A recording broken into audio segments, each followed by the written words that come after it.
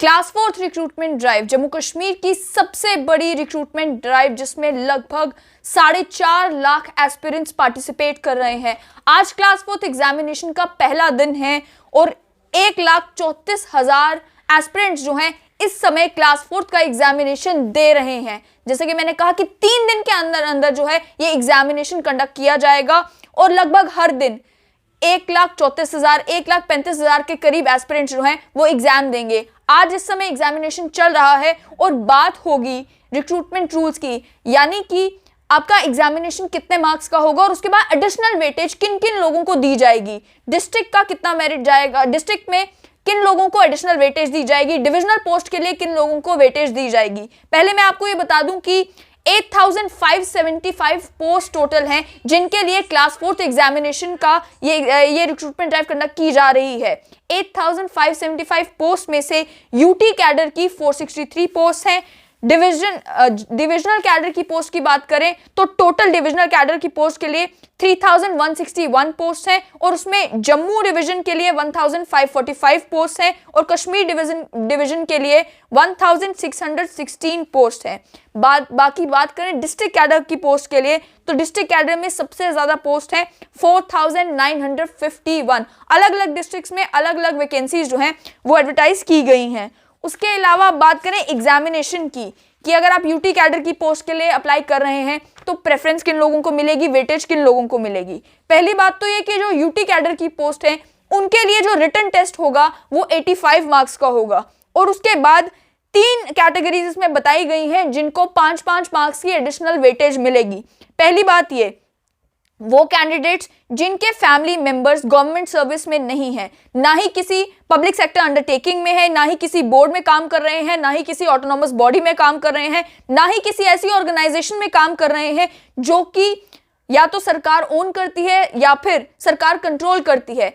अगर आपके परिवार में से कोई भी यानी कि सरकारी मुलाजिम नहीं है तो आपको 5 मार्क्स की वेटेज यूटी कैडर की पोस्ट में मिलने वाली है। उसके अलावा महिलाओं के लिए अगर आप विडोड हैं, डिवोर्स्ड वुमेन है, जुडिशियली सेपरेटेड वुमेन है या फिर ऑर्फन यानी कि अगर आप अनाथ हैं, अनाथ बच्ची हैं तो एक सर्टिफिकेट आपको तहसीलदार इशू करेगा और उस सर्टिफिकेट की बुनियाद पर 5 मार्क्स एडिशनल वेटेज जो है वो आपको भी यूटी कैडर की पोस्ट में मिलेंगी। और उसके अलावा क्योंकि ये जो रिक्रूटमेंट की जा रही थी क्लास फोर्थ की, उसमें कोशिश ये थी कि वो लोग जो ओवरेज होने वाले हैं या ओवरेज हो चुके हैं या जो कैजुअल वर्कर्स हैं उन्हें जो है जॉब अपॉर्चुनिटीज मिले। इसीलिए इसमें ये किया गया है कि जो कैजुअल वर्कर्स हैं जो 5 साल से काम कर रहे हैं एज ए कैजुअल वर्कर या ज्यादा एज ए कैजुअल वर्कर काम कर रहे हैं उनके लिए भी जो है 5 मार्क्स की एडिशनल वेटेज है। उसमें कहा गया है कि उन्हें अपने वेजेस का प्रूफ जो है वो पेश करना है और डिस्ट्रिक्ट हेड या फिर डिविजनल हेड जो है ऑफिस का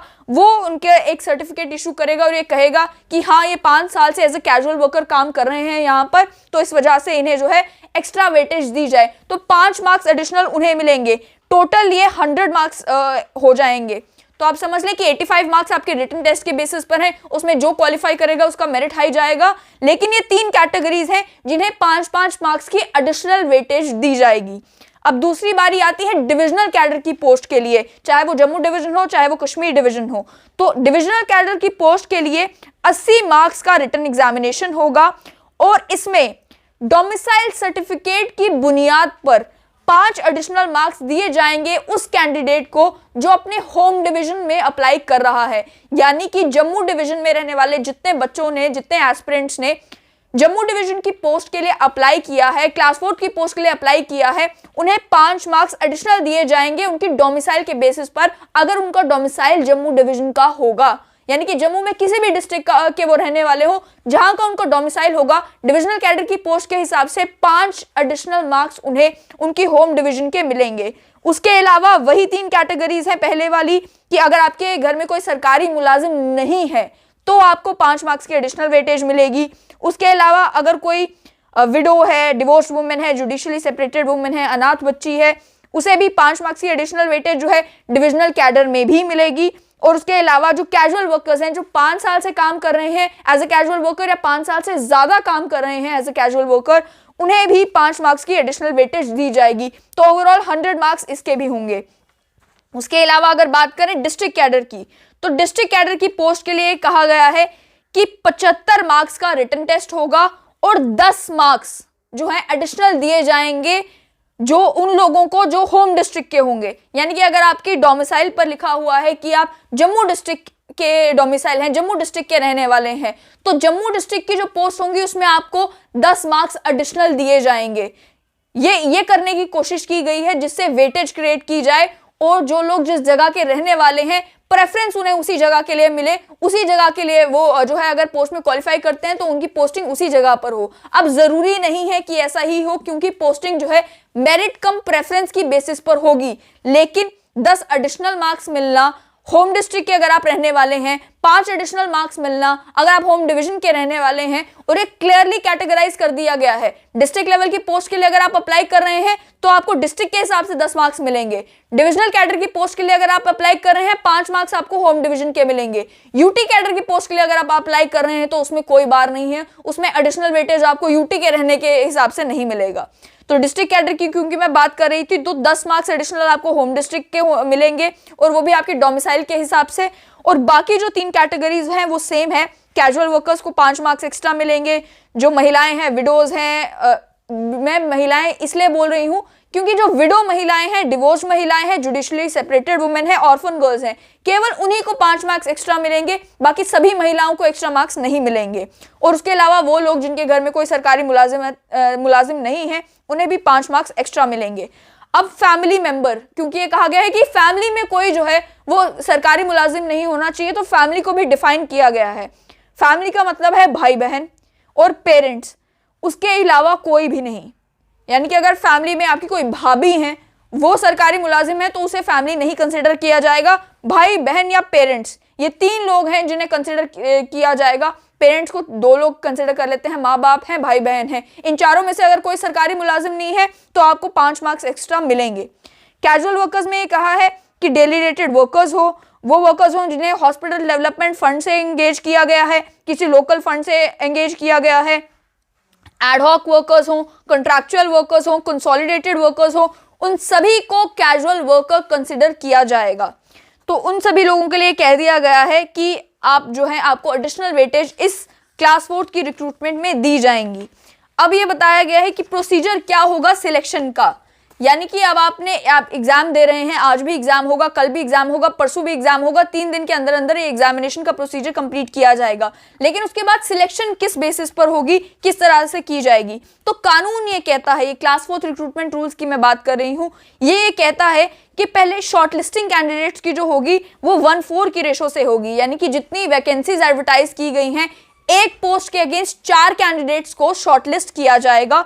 वो क्राइटेरिया जो प्रिस्क्राइब किया गया है उस हिसाब से, वो क्राइटेरिया मैं आपको बता चुकी हूँ। पहले आपके रिटन टेस्ट का मेरिट है और उसके अलावा जो एडिशनल मार्क्स आपको दिए जाएंगे आपकी कैटेगरी के हिसाब से, कि अगर आप कैजुअल वर्कर हैं तो आपको कितने एडिशनल मार्क्स मिलेंगे, अगर आप डिवोर्स हैं तो आपको कितने मार्क्स मिलेंगे, और अगर आपके घर में कोई सरकारी मुलाजिम नहीं है तो आपको कितने मार्क्स मिलेंगे। तो इन सब मार्क्स को ऐड करके जो आपका मेरिट बनता है उस हिसाब से कैंडिडेट्स की शॉर्टलिस्टिंग की जाएगी। फिर शॉर्टलिस्टेड कैंडिडेट्स को बुलाया जाएगा कि वो डॉक्यूमेंट वेरिफिकेशन करें। उसमें वो अपना डोमिसाइल सर्टिफिकेट दिखाएंगे और उसको वेरीफाई किया जाएगा कि अगर आपको 10 मार्क्स एक्स्ट्रा आपकी होम डिस्ट्रिक्ट के मिल रहे हैं, क्या आपको डोमिसाइल उसी डिस्ट्रिक्ट का बना हुआ है या नहीं। अगर आप डिविजनल कैडर की पोस्ट के लिए अप्लाई कर रहे हैं, क्या आपके डोमिसाइल पर वही डिवीजन है या नहीं है, तो डॉक्यूमेंट वेरिफिकेशन होगी। और साथ ही में अगर आप कोई भी बेनिफिट किसी भी क्राइटेरिया के अंडर ले रहे हैं, कैजुअल वर्कर है तो उन्हें कैजुअल वर्कर का सर्टिफिकेट लगाना है साथ में, अगर आप विडोड हैं, डिवोर्स्ड हैं, उसका आपको प्रूफ लगाना है साथ में, आपके घर में कोई सरकारी मुलाजिम नहीं है तो उसका भी डिविजनल हेड से, डिस्ट्रिक्ट हेड से वेरिफिकेशन होगी कि सच में आपके घर में कोई सरकारी मुलाजिम है या नहीं है। तो ये सारा बताया गया है कि आपको डॉक्यूमेंट वेरिफिकेशन उसके बाद की जाएगी। और उसके बाद बोर्ड जो है डिपार्टमेंटल वाइज सिलेक्शन लिस्ट जो है वो जनरल एडमिनिस्ट्रेशन डिपार्टमेंट को भेजेगा, क्योंकि आप जानते हैं क्लास 4 रिक्रूटमेंट है तो इसमें आपको नहीं मालूम कि आपको किस डिपार्टमेंट में भेजा जाएगा। ये काम जो है वो जनरल एडमिनिस्ट्रेशन डिपार्टमेंट करेगा। जब उन्हें लिस्ट भेज दी जाएगी तो वो देखेंगे कि UT wise, divisional wise, district wise किन किन डिपार्टमेंट में कितनी कितनी जरूरत है और किसे किस डिपार्टमेंट में भेजा जाएगा। साथ ही में ये भी कहा गया है कि एक वेटिंग लिस्ट भी बनाई जाएगी, और वेटिंग लिस्ट आप जानते हैं बहुत ज्यादा जरूरी है। समझ लें कि 1000 लोग जो हैं वो आते ही नहीं हैं, वो ज्वाइन ही नहीं करते, तो उन 1000 लोगों की जगह पर वो जो वैकेंसीज क्रिएट हो गई हैं लोगों के ना ज्वाइन करने की वजह से, तो फिर वेट लिस्ट से जो है वो वैकेंसीज फिल की जाएंगी। तो वेटिंग लिस्ट में ये कहा गया है कि एक सेपरेट वेट लिस्ट ड्रॉ की जाएगी हर एक कैडर के लिए, यूटी कैडर के लिए भी, डिविजनल कैडर के लिए भी और डिस्ट्रिक्ट लेवल के लिए भी। ये वेट लिस्ट जो है वो equal to the number of selected candidates in each cadre which shall remain in force for the period of 1 year. यानी कि ये वेट लिस्ट जो है पूरे 1 साल के लिए वैलिड रहेगी। 1 साल के अंदर अंदर अगर ये पता चलता है कि कुछ लोगों ने ज्वाइन नहीं किया है तो वेट लिस्ट में से कैंडिडेट्स उठाकर जो है वो लगाए जाएंगे, उन्हें कहा जाएगा कि आप आकर ज्वाइन कर लें। तो 1 साल के लिए वेट लिस्ट भी वैलिड होगी और सरकार अगर चाहे तो इस वेट लिस्ट की वैलिडिटी 6 महीने के लिए बढ़ा भी सकती है। जो कंबाइंड वेट लिस्ट है वो सर्विस सिलेक्शन बोर्ड जो है वो सेपरेटली मेंटेन करेगा। उसके अलावा ये कहा गया है कि अगर कोई वैकेंसी अनफुलफिल्ड रहती है तो जो कंसर्न एडमिनिस्ट्रेटिव डिपार्टमेंट है उसे 3 महीने के अंदर अंदर जनरल एडमिनिस्ट्रेटिव डिपार्टमेंट को इन्फॉर्म करना है कि ये वैकेंसी थी, आपने किसी व्यक्ति को यहाँ पर एलोकेट किया लेकिन वो आया नहीं, यहाँ पर ज्वाइनिंग नहीं हुई है, ये वैकेंसी अभी भी एग्जिस्ट करती है।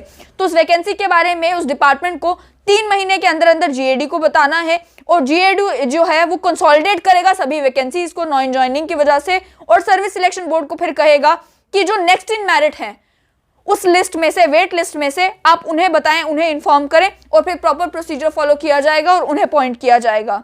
साथ ही में आपको यह भी बताना बहुत ज्यादा जरूरी है कि आपकी कंडीशंस ऑफ सर्विस क्या होंगे। जिस समय ये क्लास 4 रिक्रूटमेंट रूल्स बनाए गए थे उस समय एसआरओ 202 था और उस समय इस रूल में जो है एसआरओ 202 की कंडीशंस रखी गई थी, लेकिन एसआरओ 202 में जो है अमेंडमेंट्स की गई और अमेंडमेंट करने के बाद जो चेंजेस आए हैं वो म्यूटेटिस म्यूटेंडिस जो है अब इस क्लास 4 रिक्रूटमेंट पर भी एप्लीकेबल हो गए हैं। ये कानून अब क्या कहता है? कानून ये कहता है कि कोई भी व्यक्ति जो इस क्लास 4 रिक्रूटमेंट में सिलेक्ट होगा उसे कम से कम 2 साल का प्रोबेशनरी पीरियड जो है वो फॉलो करना होगा। 2 साल तक वो व्यक्ति प्रोबेशन पे रहेगा, उसके बाद उसे कोई एग्जामिनेशन क्लियर करना है, उसे या तो कंसिडर किया जाएगा कि क्या इसने प्रॉपर प्रोबेशन कर ली, उस प्रोबेशन के दौरान जो क्वालिफिकेशन है वो गैदर करनी है, जो एक्सपीरियंस है वो गैदर करना है। अब अच्छा अजीब सी बात है कि प्रोबेशन का पीरियड जो है 2 साल का रखा गया है क्लास 4 एम्प्लॉयज के लिए भी, तो उस प्रोबेशन के टाइम पर वो क्या नया सीखेंगे वो हमें नहीं मालूम, लेकिन सरकार ने एक क्राइटेरिया रख दिया है प्रोबेशन का। तो प्रोबेशन 2 साल का रखा गया है और उसके बाद ये भी कहा गया है कि सरकार अगर चाहे तो इस 2 साल के पीरियड को और 2 साल के लिए एक्सटेंड भी कर सकती है अगर प्रोबेशनर रिक्वायरमेंट्स मीट नहीं करता या जो जॉब के स्टैंडर्ड्स हैं उनको मीट नहीं करता। ये क्लास 4 एम्प्लॉयज के लिए ये कानून एप्लीकेबल है आपकी सर्विस में, यानी कि आपको किस तरह से सर्विस करनी है। तो उसके अलावा पे एंड अलाउंसेस की बात की गई है कि प्रोबेशन के दौरान जो है मिनिमम पे लेवल एप्लीकेबल होगा आपकी पोस्ट के हिसाब से और जब आपका प्रोबेशन का पीरियड खत्म हो जाएगा उसके बाद आपको जो है एनुअल इंक्रीमेंट, डीएनएस अलाउंस मिलेगा, हाउस रेंट अलाउंस मिलेगा, सिटी कंपनसेटरी अलाउंस मिलेगा या अन्य जो अलाउंसेस सरकार सैंक्शन करेगी वो बेनिफिट्स आपको 2 साल का प्रोबेशन खत्म करने के बाद मिलेगा। साथ ही में सस्पेंशन और डिस्चार्ज का भी किया गया है कि आपको सस्पेंड भी किया जा सकता है जब आपका प्रोबेशन का टाइम है उस टाइम पर, या डिस्चार्ज फ्रॉम सर्विस भी किया जा सकता है। तो अपनी डिस्क्रिशन के हिसाब से एक प्रोबेशनर को डिस्चार्ज फ्रॉम सर्विस भी किया जाता है अगर ये मालूम चलता है कि वो स्टैंडर्ड्स मीट नहीं कर पा रहा या ठीक से काम नहीं कर पा रहा। उसके अलावा ये बताया गया है कि कंडीशन क्या है प्रोबेशन की। कंडीशन ऑफ प्रोबेशन में मैंने आपको बता दिया कि 2 साल तक आपको जो रिक्वायर्ड एक्सपीरियंस है इस जॉब को परफॉर्म करने के लिए वो गैदर करना है, या अगर कोई एडिशनल क्वालिफिकेशन की जरूरत है अपनी जॉब परफॉर्म करने के लिए वो करना है। और फिक्स टेन्योर है 5 साल का ऑन इनिशियल अपॉइंटमेंट। माना कि आप सिलेक्ट हो गए, इस क्लास 4 का एग्जामिनेशन आपने दिया, आप सिलेक्ट हो गए, आप अपनी होम डिस्ट्रिक्ट में अपॉइंट हो गए, उसके बाद 5 साल तक आपको वहीं पर काम करना है। 5 साल तक आपको कहीं पर ट्रांसफर नहीं किया जाएगा और यही जो पीरियड है ये उन लोगों के लिए जो रेजिडेंट ऑफ बैकवर्ड एरिया हैं, adjoining line of actual control हैं या इंटरनेशनल बॉर्डर के पास रहते हैं, ये टाइम पीरियड उनके लिए 7 साल का है। यानी कि आपको जहां पर अपॉइंट कर दिया गया, जहां पर आपको नौकरी पर लगा दिया गया, वहां से अब आप 5 साल तक कहीं नहीं जा सकते। और इन सभी क्राइटेरियाज के लिए अगर आप आरबीए की कैटेगरी में आते हैं, एलएसी की कैटेगरी में आते हैं, आईबी की कैटेगरी में आते हैं, तो 7 साल तक फिर आप कहीं नहीं जा सकते, फिर आपको वो नौकरी 7 साल तक वहीं पर करनी है। और साफ तौर पर लिख दिया गया है कि फिक्स टेन्योर है 5 साल का। और उसमें आपको कहीं पर ट्रांसफर नहीं किया जाएगा और आप जॉब छोड़ नहीं सकते। आप ये नहीं कह सकते कि अब मैं कोई और एग्जामिनेशन का फॉर्म भरता हूं तो मैं कोई और नौकरी कर लेता हूं। 5 साल तक आप जो है कंडीशंस अग्री कर रहे हैं तो 5 साल तक आपको वहां पर नौकरी करनी ही पड़ेगी। ये सब कुछ कहा गया है। लेकिन उसके अलावा ये भी कहा गया है कि अपील का एक ऑप्शन रखा गया है कि जो अथॉरिटी है वो अपील्स एंटरटेन कर सकती है। अगर किसी प्रोबेशनर को डिस्चार्ज किया जाता है तो वो 90 दिनों के अंदर अंदर अपील कर सकता है कि मुझे गलत डिस्चार्ज किया गया है, मुझे डिस्चार्ज ना किया जाए। तो ये भी एक ऑप्शन रखा गया है। लेकिन जो कंडीशन फॉर सर्विस है मैं आपको बता चुकी हूं। आज इस समय जो है पहला दिन है एग्जामिनेशन का। जैसा कि मैंने कहा कि बहुत सारी अफवाहें भी उड़ रही हैं। अफवाहों में ये कहा जा रहा है कि एग्जामिनेशन वो पेपर शायद से लीक हो गए हैं, ये हो गया है, वो हो गया है। अफवाहों पर कान ना धरें। बड़े सारे लोग सवाल ये पूछ रहे हैं कि क्या ग्रेजुएट्स एलिजिबल हैं। देखिए, जेकेएसएसबी की तरफ से अभी तक यही कहा गया है कि ग्रेजुएट्स एलिजिबल नहीं है। जो नोटिफिकेशन निकली थी क्लास 4 की उसमें भी ये कहा गया था कि मैक्सिमम क्वालिफिकेशन 12th है। लेकिन उसके बावजूद भी कई सारे लोगों ने जो ग्रेजुएट थे या पोस्ट ग्रेजुएट थे या पीएचडी थे उन्होंने 12th के बेसिस पर जो है ये फॉर्म भरे हैं। तो उसमें कहा गया है कि कहा जा रहा है कि मिनिमम क्वालिफिकेशन 10 थी, मैक्सिमम क्वालिफिकेशन 10 थी, मैक्सिमम क्वालिफिकेशन 12 थी। लेकिन पोस्ट ग्रेजुएट और पीएचडीज ने भी ये क्लास 4 में फॉर्म भरा है। अब देखना ये है कि जब सिलेक्शन की बारी आती है, डॉक्यूमेंट वेरिफिकेशन की बारी आती है, तब क्या होगा। क्योंकि शायद से मामला हाईकोर्ट में भी पहुंचा था, उसमें भी कोई जजमेंट आई थी। लेकिन अभी तक जेकेएसएसबी की तरफ से ये नहीं कहा गया है कि ग्रेजुएट जो है वो अप्लाई कर सकते हैं। उन्होंने कहा जिन्होंने कर लिया है अप्लाई उन्हें जॉब जो है वो 12th क्लास के बेसिस पर मिल सकती है। अगर आप 12th तक पढ़े हुए हैं, 10th आपने की हुई है, आप उस बेसिस पर अप्लाई कर रहे हैं तो कोई आपको ये नहीं कह सकता कि अब आप नौकरी नहीं कर सकते, आप बहुत ज्यादा पढ़े लिखे हैं। तो आपने अप्लाई किया है, आपको नौकरी मिल सकती है, लेकिन मेरिट के बेसिस पर। लेकिन आप खुद ही समझिए कितनी नाइंसाफी उन लोगों के साथ होगी जिन लोगों के लिए रिक्रूटमेंट ड्राइव की जा रही है।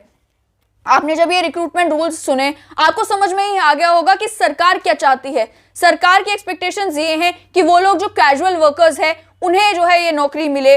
वो लोग जो है जो लोग ऑर्फन्स हैं, ऑर्फन गर्ल्स हैं या जो डिवोर्स महिलाएं हैं या जिनके घर में कोई सरकारी मुलाजिम नहीं है उन्हें ये नौकरी मिले। और आप खुद ही समझे कि अगर 12th क्लास का एक बच्चा जो है या 12th क्लास पढ़ा लिखा एक ग्रोन अप मैन है वो अगर कंपीट करता है किसी पीएचडी के साथ तो रिटन एग्जामिनेशन में कौन क्वालिफाई करेगा, ये आप बेहतर समझ सकते हैं। इसीलिए ग्रेजुएट होने का या पीएचडी होने का या पोस्ट ग्रेजुएट होने का कोई एक्स्ट्रा बेनिफिट आपको नहीं मिलने वाला, कोई एक्स्ट्रा मार्क्स आपको नहीं मिलने वाले। लेकिन अगर आप अप्लाई कर चुके हैं, 12th के बेसिस पर अप्लाई कर चुके हैं तो आप सिलेक्ट हो सकते हैं। कोई आपको ये नहीं कह सकता कि भाई आप इनएलिजिबल हैं, आप चले जाएं। लेकिन फिर भी जेकेएसएसबी ये बात ज्यादा बेहतर क्लैरिफाई कर पाएगी। मैं अपने ओपिनियन से आपको बता रही हूँ कि ये जो है हो सकता है, this could be A scenario. लेकिन जेकेएसएसबी बेटर क्लैरिफाई कर पाएगी, वो भी डॉक्यूमेंट वेरिफिकेशन के टाइम पर, कि क्या आप एलिजिबल हैं या आप एलिजिबल नहीं हैं। अगर तो आप अपने 12th क्लास के डॉक्यूमेंट्स लेकर जाते हैं, मार्कशीट लेकर जाते हैं, आप कहते हैं देखिए मैंने 12th क्वालिफाई की हुई है, इस बेसिस पर मुझे नौकरी दे दे, तो मुझे नहीं लगता कि कोई आपको जो है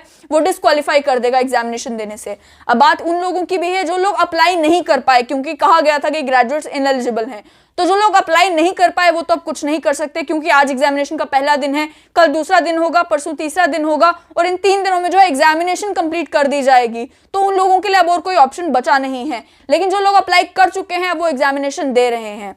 साथ ही मैं आपको, क्योंकि मैं आपको बता रही थी कि कितने जो हैं लोग अप्लाई कर चुके हैं, लगभग 4.5 लाख लोगों ने ये क्लास 4th एग्जामिनेशन का फॉर्म भरा है और टोटल पोस्ट जो हैं वो 8575 हैं। उसमें मैंने कहा कि यूटी कैडर की जो पोस्ट है 463 हैं, डिविजनल कैडर की टोटल पोस्ट 3161 है, डिवीजन जम्मू में 1545 पोस्ट हैं, डिवीजन कश्मीर में 1616 पोस्ट हैं और उसके अलावा डिस्ट्रिक्ट लेवल पर 4951 पोस्ट हैं। डिस्ट्रिक्ट लेवल पर भी मैं आपको ब्रेकअप बता दूं कि किस डिस्ट्रिक्ट में कितनी वैकेंसीज जो हैं वो एडवर्टाइज की गई हैं क्लास 4th की। तो मेरे पास जो इन्फॉर्मेशन मौजूद है उस हिसाब से अनंतनाग में 393 पोस्ट जो है वो एडवर्टाइज की गई हैं क्लास 4th की, बांडीपुरा में 165 पोस्ट एडवर्टाइज की गई हैं, बारामूला में 563 पोस्ट एडवर्टाइज की गई हैं, बड़गाम में 399 पोस्ट एडवर्टाइज की गई हैं, डोडा में 304 पोस्ट एडवर्टाइज की गई हैं, गांदरबल में 116 पोस्ट एडवर्टाइज की गई हैं, जम्मू डिस्ट्रिक्ट में 439 पोस्ट एडवर्टाइज की गई हैं, कठुआ में 385 पोस्ट एडवर्टाइज की गई हैं, किश्तवाड़ में एडवर्टाइज पोस्ट का नंबर 144 है, कुलगाम में एडवर्टाइज पोस्ट का नंबर 147 है, कुपवाड़ा में 281 पोस्ट एडवर्टाइज की गई हैं, पुंछ में 106 पोस्ट एडवर्टाइज की गई हैं, पुलवामा में 116 पोस्ट एडवर्टाइज की गई हैं, राजौरी में 268 पोस्ट एडवर्टाइज की गई हैं, रामबन में 158 पोस्ट एडवर्टाइज की गई हैं, रियासी में 139, सांबा में 97 पोस्ट, शोपियां में 132 पोस्ट, श्रीनगर में 320 पोस्ट और उधमपुर में 279 क्लास 4 की पोस्ट जो है वो एडवर्टाइज की गई हैं। और यहाँ पर आपके लिए एक चीज समझना बहुत ज्यादा जरूरी है, वो ये कि कोई बार नहीं है, यानी कि ऐसा नहीं है कि एक डिस्ट्रिक्ट का बच्चा दूसरी डिस्ट्रिक्ट में जा नहीं सकता, दूसरी डिस्ट्रिक्ट में अप्लाई नहीं कर सकता। बस एक एडिशनल बेनिफिट जो इस क्लास 4 रिक्रूटमेंट में दिया गया है और जो सिर्फ इस क्लास 4 की रिक्रूटमेंट में ही दिया गया है कि आपको एडिशनल मार्क्स मिलेंगे अगर आप उस डिस्ट्रिक्ट के रहने वाले हैं या अगर आप उस डिवीजन के रहने वाले हैं। लेकिन उसके बावजूद भी जो आपको अपॉइंट किया जाएगा, जिस डिपार्टमेंट में और जिस डिस्ट्रिक्ट में अपॉइंट किया जाएगा, वो मेरिट कम प्रेफरेंस की बेसिस पर होगा। आप जानते हैं पहले भी जेकेएसएसबी ने जो पंचायत अकाउंट असिस्टेंट का एग्जाम कंडक्ट करवाया और उसमें भी जो सिलेक्शन क्राइटेरिया था वो यही था, मेरिट कम प्रेफरेंस के बेसिस पर। जेकेएसएसबी ने आपको कहा कि आप अपनी लिस्ट बता दें प्रेफरेंस की कि आप किस डिस्ट्रिक्ट में जाना चाहते हैं। अगर आप डिस्ट्रिक्ट वाइज रिक्रूटमेंट के लिए अप्लाई कर रहे हैं और अगर आप डिविजनल कैडर के लिए अप्लाई कर रहे हैं तो किस डिविजन में आपकी प्रेफरेंस है, तो आप वो प्रेफरेंस फिल कर देते हैं। उसके बाद मेरिट देखा जाता है और आपकी प्रेफरेंस देखी जाती है। अब आप जानते हैं कि एडिशनल 10 मार्क्स अगर आपको अपनी डिस्ट्रिक्ट के मिल रहे हैं तो उसका मतलब ये है कि जेकेएसएसबी भी ये चाहता है और सरकार ने क्योंकि ये कानून बनाए हैं तो सरकार भी यही चाहती है कि आप जिस डिस्ट्रिक्ट के रहने वाले हैं, जिस डिवीजन में के रहने वाले हैं, क्लास 4 रिक्रूटमेंट में आप उसी जगह पर अपॉइंट हो और वहीं पर नौकरी करें। ये बेनिफिशियल इसलिए होगा क्योंकि क्लास 4 की पोस्ट है, कोई हायर पोस्ट नहीं है, कोई गजेटेड पोस्ट नहीं है कि आप कहीं पर भी जाकर नौकरी कर सकते हैं। क्लास 4 की है तो पे ग्रेड भी उसी हिसाब से होगा और इसीलिए आपके लिए आसान किया गया है कि आप अपनी होम डिस्ट्रिक्ट में नौकरी करें, आप अपनी होम डिवीजन में नौकरी करें। एडिशनल मार्क्स आपको मिलेंगे, लेकिन उसके बावजूद भी अगर किसी और डिस्ट्रिक्ट के बच्चे का मेरिट बहुत ज्यादा हाई है तो कोई बार नहीं है कि वो किसी और डिस्ट्रिक्ट में नहीं लग सकता। अगर एक डिस्ट्रिक्ट का मेरिट बहुत लो जाता है, बाकी डिस्ट्रिक्ट्स का मेरिट हाई जाता है, मेरिटोरियस स्टूडेंट ज्यादा है और प्रेफरेंस उनकी कोई और डिस्ट्रिक्ट है, तो उन्हें वहां पर लगाया जा सकता है। कोई बार नहीं है, कोई रोक उन पर नहीं लगा सकता। एडिशनल मार्क्स लेकिन दिए जाएंगे और मैंने आपको बता दिया कि किस तरीके से एडिशनल मार्क्स दिए जाएंगे। अब आप सभी लोगों के लिए यही कि आज तो एग्जामिनेशन आप दे रहे हैं, कल भी कुछ लोगों का एग्जामिनेशन होगा और परसों भी। और जैसे कि कुछ दिन पहले हुआ कि सेंटर चेंज किया गया है बहुत इमीडिएटली, कुछ ही दिनों पहले क्लास 4 रिक्रूटमेंट में बड़े सारे लोगों का सेंटर शिफ्ट किया गया। तो आप जानते हैं कि जेकेएसएसबी के पास भी इंफॉर्मेशन आती है कि कहां पर क्या प्रॉब्लम्स दिक्कतें एस्पिरेंट्स को आ सकती हैं, कहीं पर कोई और प्रॉब्लम आ सकती है, तो इस वजह से सेंटर भी शिफ्ट हो सकते हैं। आपके लिए बेटर ये होगा कि आप एग्जामिनेशन से एक दिन पहले चेक कर लें कि आपका सेंटर कहां पर है, तो सेंटर आपको मालूम चल जाएगा, तो उसके बाद आप एग्जामिनेशन पे फोकस करें। इस टाइम पर भी कई जगहों पर कई सारी अफवाहें फैल रही होंगी, अफवाहों पर कान ना धरें, फिलहाल अपने एग्जामिनेशन पर फोकस करें। लेकिन हाँ, कहीं पर कोई डिस्क्रिपेंसी अगर आपको देखने को मिलती है या एग्जामिनेशन कहीं पर ठीक से नहीं हो रहा तो आप हमें इन्फॉर्म कर सकते हैं, आप जेकेएसएसबी को इन्फॉर्म कर सकते हैं, इसका नोटिस जरूर लिया जाएगा। फिलहाल इस लाइव में इतना ही, और इन्फॉर्मेशन अगर इस क्लास 4 रिक्रूटमेंट के बारे में मिलेगी तो आपके साथ जरूर शेयर करेंगे।